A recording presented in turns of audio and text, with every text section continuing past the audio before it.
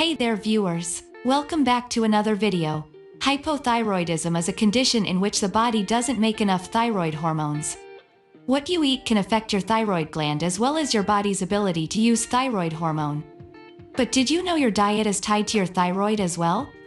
Hypothyroidism can be a tricky condition to manage, and what you eat can interfere with your treatment. Some nutrients heavily influence the function of the thyroid gland, and certain foods can inhibit your body's ability to absorb the replacement hormones you may take as part of your thyroid treatment. In today's video, we're going to discuss 9 foods to avoid when you have hypothyroidism.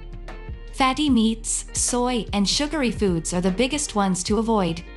But what about broccoli or other cruciferous veggies? We'll be talking about all of this and more. 1. Avoid dietary supplements containing kelp. If you live in the United States, you're very unlikely to experience iodine deficiency because iodine is often already added to certain foods, including salt. The American Thyroid Association cautions that too much iodine can actually make your hypothyroidism worse.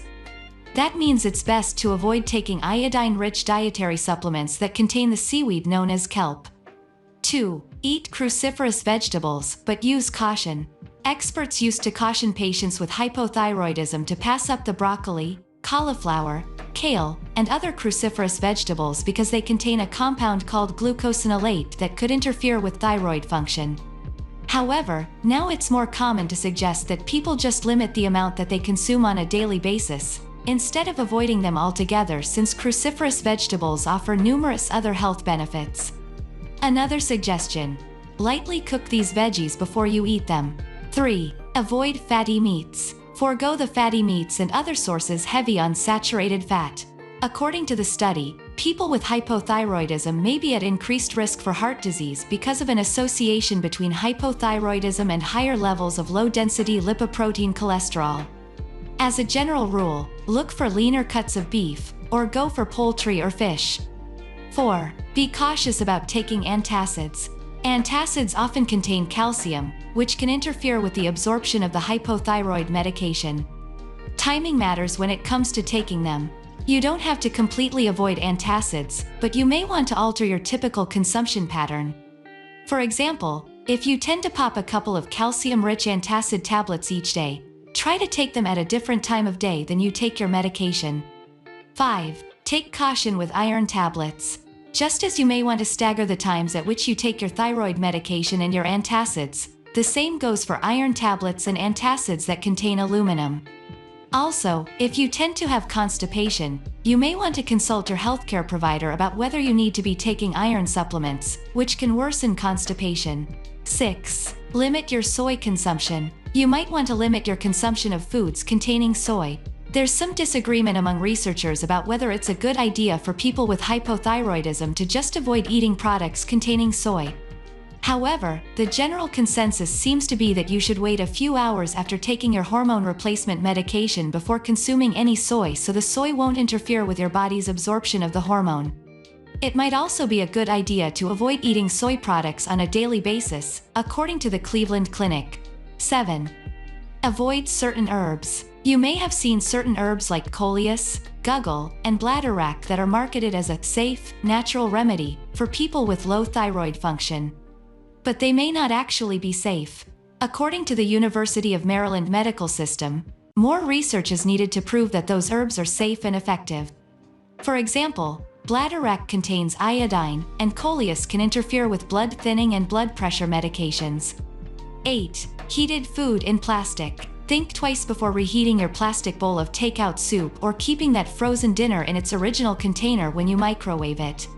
Put it on a plate or in a bowl made from ceramics like bone china, stoneware, porcelain, or glazed earthenware. Your thyroid is part of your endocrine system, and you can disrupt it by heating food in plastic. The National Institute of Environmental Health Sciences says endocrine disruptors are in many everyday plastic products, including bottles, food, and containers with BPA. Endocrine disruptors work by mimicking naturally occurring hormones in the body, like thyroid hormones. 9. Avoid gluten. Gluten is a protein found in wheat, rye, and barley. Unless you've been diagnosed with celiac disease, it probably won't affect your thyroid. Gluten can damage the small intestines of people with celiac disease.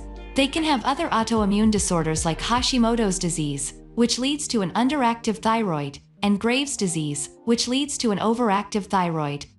If you have celiac disease, a gluten-free diet may help prevent these thyroid diseases. 10. Processed foods. Processed foods tend to have a lot of sodium, and people with hypothyroidism should avoid sodium. Having an underactive thyroid increases a person's risk for high blood pressure, and too much sodium further increases this risk. 11. Coffee. Time your first cup carefully in the morning. Caffeine has been found to block absorption of thyroid hormone replacement. People who were taking their thyroid medication with their morning coffee had uncontrollable thyroid levels. 12. Alcohol. Alcohol consumption can wreak havoc on both thyroid hormone levels in the body and the ability of the thyroid to produce the hormone, according to a study. Alcohol appears to have a toxic effect on the thyroid gland and suppresses the ability of the body to use thyroid hormone. Ideally, people with hypothyroidism should cut out alcohol completely or drink in careful moderation. Do you eat any of these foods regularly? Do you struggle with hypothyroidism? Let us know in the comments below.